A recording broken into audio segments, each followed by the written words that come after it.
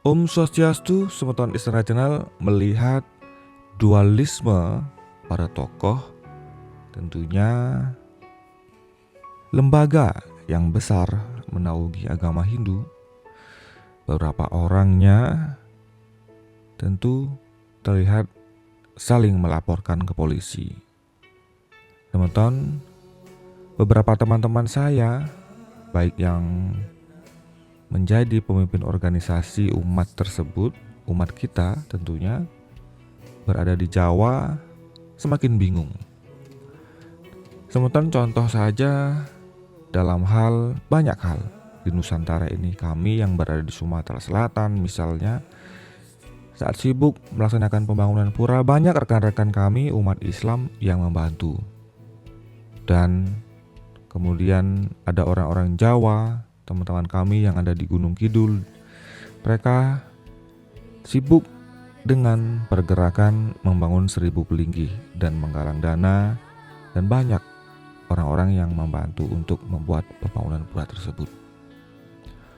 Teman-teman, justru kami yang ada di Sumatera, di Jawa, yang berada di luar pulau Bali, setiap kami berada, kami selalu dikenal adalah orang yang pemaaf, orang-orang baik, orang-orang yang rendah hati, sopan, dan taat kepada ajaran leluhur.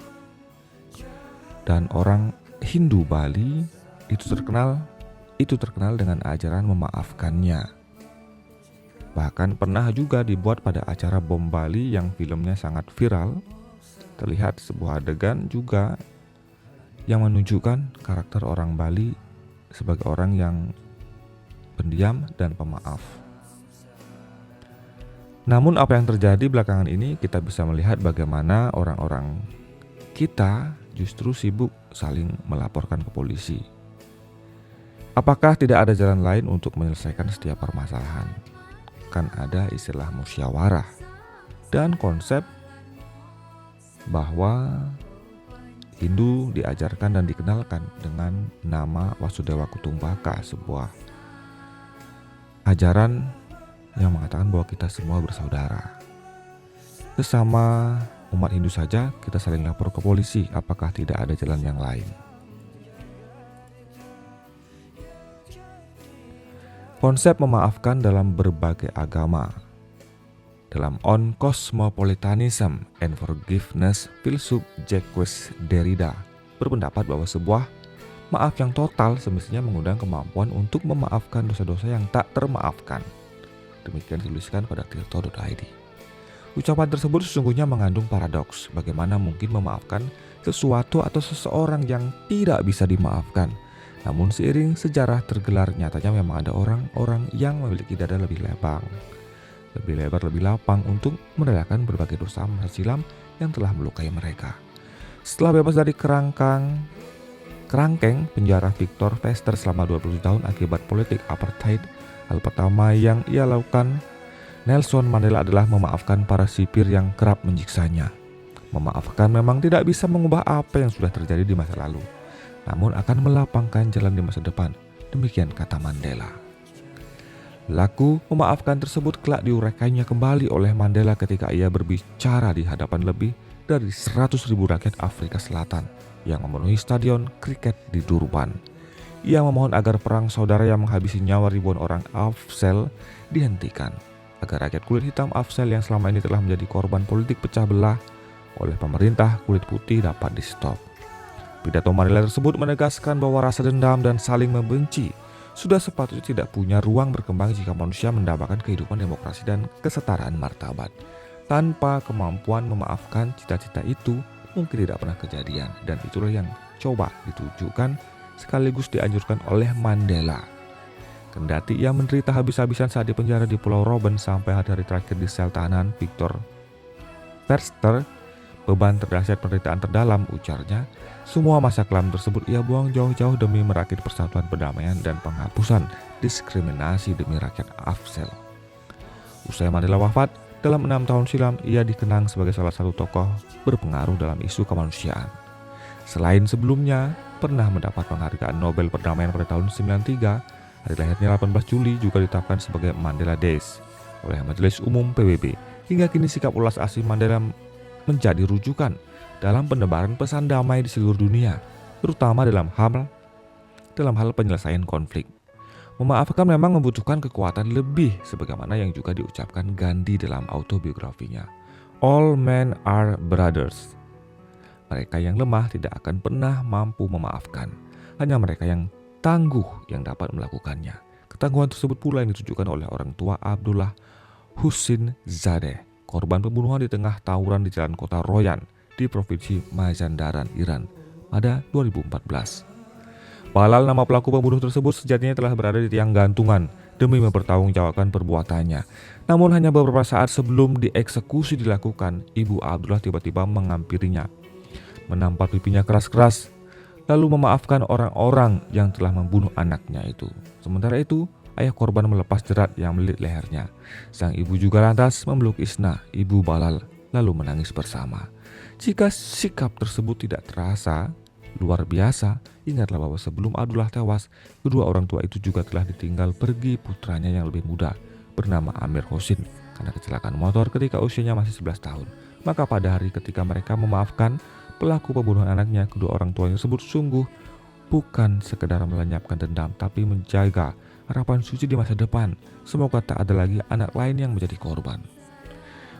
Konsep-konsep memaafkan adalah satu konsep sentral di tiap ajaran agama manapun. Dalam ajaran Buddha misalnya dikenal istilah kesama dalam bahasa Sanskerta atau kama dalam bahasa Pali. Sebuah konsep pengampunan demi mencapai nirwana, kondisi tertinggi dari welas asih dan kebijaksanaan yang ingin dicapai semua umat Buddha. Namun tidak seperti layaknya agama-agama Abrahamik, umat Buddha tidak mencari atau menerima pengampunan dari Dewa yang Maha Tahu sebagai dispensasi atas kesalahan yang telah diperbuat. Mendapat pengampunan bukanlah langkah menuju surga dan atau mencapai kehidupan kekal. Pengampunan adalah sebagian dari praktik cinta kasih atau metta yang mencakup semua hal dalam diri sang Buddha. Ditekankan pula betapa pentingnya rekonsiliasi dalam pembangunan harmoni di dunia, mengingat bahwa semua makhluk hidup saling terkait satu sama lain. Konsep pengampunan itu juga berkaitan dengan kepercayaan umat Buddha terhadap karma. Juga dapat disebut sebagai hukum konsekuensi atas hukum karma menurut pemikiran Buddhis. Ketika tubuh tempat pikiran saat ini mati, maka pikiran akan bergerak ke tubuh lain, ke kehidupan fisik lain. Tindakan di masa sekarang, baik dan buruk, akan mempengaruhi situasi dan pengalaman kehidupan masa depan. Padmasambhava, seorang guru India yang membawa agama Buddha ke Tibet pada abad ke-8 menulis, jika Anda ingin mengetahui kehidupan manusia masa lalu, Anda lihatlah kondisi Anda sekarang. Jika Anda ingin mengetahui kehidupan masa depan, Anda lihatlah tindakan Anda saat ini. Siklus reinkarnasi akan berlanjut hingga pikiran tercerahkan dan mencapai tahapan nirwana. Sebab itulah kesadaran akan hukum karma semestinya dapat membuat seorang melakukan tindakan positif demi menghindari konsekuensi yang negatif. Sementara di dalam Hindu dikenal konsep Tatwamasi, suatu ajaran yang menyatakan bahwa dia adalah aku adalah mereka, dan mereka adalah dia. Semua makhluk yang hidup di dunia ini adalah saudara, Vasudewa Kutumbakam. Maka dari itu, perlakukanlah orang lain seperti halnya Anda ingin diperlakukan. Segala perbuatan, berpikiran, perkataan, tindakan yang dilakukan tentu saja tidak akan pernah lepas dari adanya hukum karma pala atau sebab akibat. Di dalam Weda, manusia juga ditekankan untuk berwiweka, yaitu dapat membedakan baik buruk serta menjadi manusia yang pemaaf dan hidup dengan saling cinta kasih terhadap sesama. Sebagaimana disebutkan di dalam Bhagavad Gita 12, Advesta Sawa Bhutanam Maitram Karuna Evaca Nirmamo Niraham Kara Samaduka Suka Ksami. Artinya, dia yang tidak membenci segala makhluk bersahabat, cinta kasih, bebas dari keakuan dan keangkuhan, dan sama dalam suka maupun duka dan memberi maaf. Ketika berada di penyaliban dan dalam keadaan sekarat, dan tubuh terkoyak berlumpur darah, Yesus Kristus masih sempat memanjatkan doa kepada Tuhan agar Dia mengampuni segala orang yang terlibat dalam penyiksaannya. Ya Bapa, ampunilah mereka sebab mereka tidak tahu apa yang mereka perbuat. Lukas 23:34. Doa pengampunan tersebut merupakan yang pertama di antara ketujuh sabdanya yang terakhir di kayu salib. Pengampunan Yesus terhadap yang menganiayanya itu menunjukkan betapa besar kasihnya kepada umat manusia. Kendati pun ia amat menderita di atas kayu salib dan dalam penantian akan maut dengan kondisi yang memalukan. Yesus tidak melontarkan secuil pun kata-kata makian, hujatan atau hasrat balas dendam terhadap mereka yang menghabisinya. Sebaliknya, ia justru mendoakan orang-orang itu agar Tuhan memberikan pengampunan kepada mereka. Dalam ajaran Yahudi, terdapat hari paling kudus untuk mencari pengampunan yang wajib dirayakan tiap tahun, Yom Kippur atau Hari Raya Perdamaian. Perayaan tersebut memiliki nilai profetik mengenai kedatangan Mesias yang kedua kali, restorasi nasional Israel, dan penghakiman terakhir atas dunia. Yom Kippur menjadi titik puncak periode 10 hari pertobatan yang dinamai hari-hari yang diagungkan atau Yamim Noraim. Menurut rabi-rabi besar tradisi Yahudi, pada Rosh Hashanah, hari Sabat pertama pada saat penciptaan dunia, nasib orang-orang benar Dikim dituliskan dalam kitab kehidupan dan nasib orang-orang jahat Res Haim dituliskan dalam kitab kematian. Namun karena sebagian besar manusia tidak akan dituliskan dalam salah satu kitab itu, maka mereka diberikan waktu 10 hari untuk bertobat. Sebab itulah kemudian muncul istilah Teshuvah, hari pertobatan. Adapun di ajaran Islam, konsep memaafkan juga menjadi poin sentral yang kerap disebutkan dalam Al-Quran. Islam memahami betapa manusia adalah tempat bersemayamnya kesalahan. Sebab itu Islam mengajarkan untuk menjadi pribadi yang pemaaf, bukan pendendam. Allah memerintahkan kepada umatnya untuk membalas setiap keburukan dan kesalahan orang lain dengan kebaikan. QS Fussilat 34-35. Memaafkan merupakan salah satu karakter orang bertakwa yang Allah janjikan balasan berupa ampunan dan surga.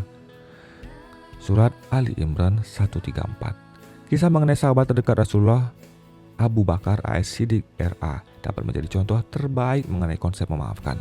Abu Bakar As-Siddiq RA sempat bersumpah tidak akan memaafkan kesalahan Mitsnah bin Ustarsah dan bertekad tidak akan memberikan nafkah kepada sepupunya itu selamanya karena dianggap telah menyebarkan berita bohong dan menuduh putri tercintanya Aisyah berbuat zina dengan laki-laki lain. Allah kemudian menegur sikap Abu Bakar yang tidak mau memaafkan itu melalui turunnya surat An-Nur ayat 22. Sejarah juga telah mencatat betapa Rasulullah berulang kali menerima hinaan, siksaan, percobaan pembunuhan, pengkhianatan, dan serangkaian perilaku buruk lainnya dari kaum kafir. Namun Rasulullah sama sekali tidak menyimpan dendam dan justru membalasnya dengan kebaikan dan memaafkan semua kesalahan yang pernah dilakukan orang lain kepadanya. Jika Allah saja Maha Pengampun dan Maha menerima taubat hambanya, jika Rasulullah juga telah menunjukkan perilaku suci dalam memaafkan para musuhnya, lalu elokkah jika manusia bisa enggan membukakan pintu maaf untuk orang lain? Jika agama Hindu saja mengajarkan istilah Wasudewa Kutumbaka bahwa semua manusia bersaudara, pantaskah kita sebagai umat Hindu melaporkan umat Hindu sendiri ke polisi? Karena perdebatan pada dualisme. Jika memang dalam ajaran agama Hindu mengajarkan tatam asi, aku adalah engkau, engkau adalah mereka, dan mereka adalah aku, lalu kenapa tidak dibicarakan segala permasalahannya dengan baik-baik saja, tanpa harus memiliki tujuan untuk memenjarakan salah seorang dari kita karena kita berbeda agama dan telah salah mengucapkan kata-kata. Bagaimana pendapat Anda, Sameton? Silahkan tuliskan di kolom komentar. Terima kasih atas atensi Anda. Sampai jumpa di video selanjutnya. Om Santi Santi Santi Om.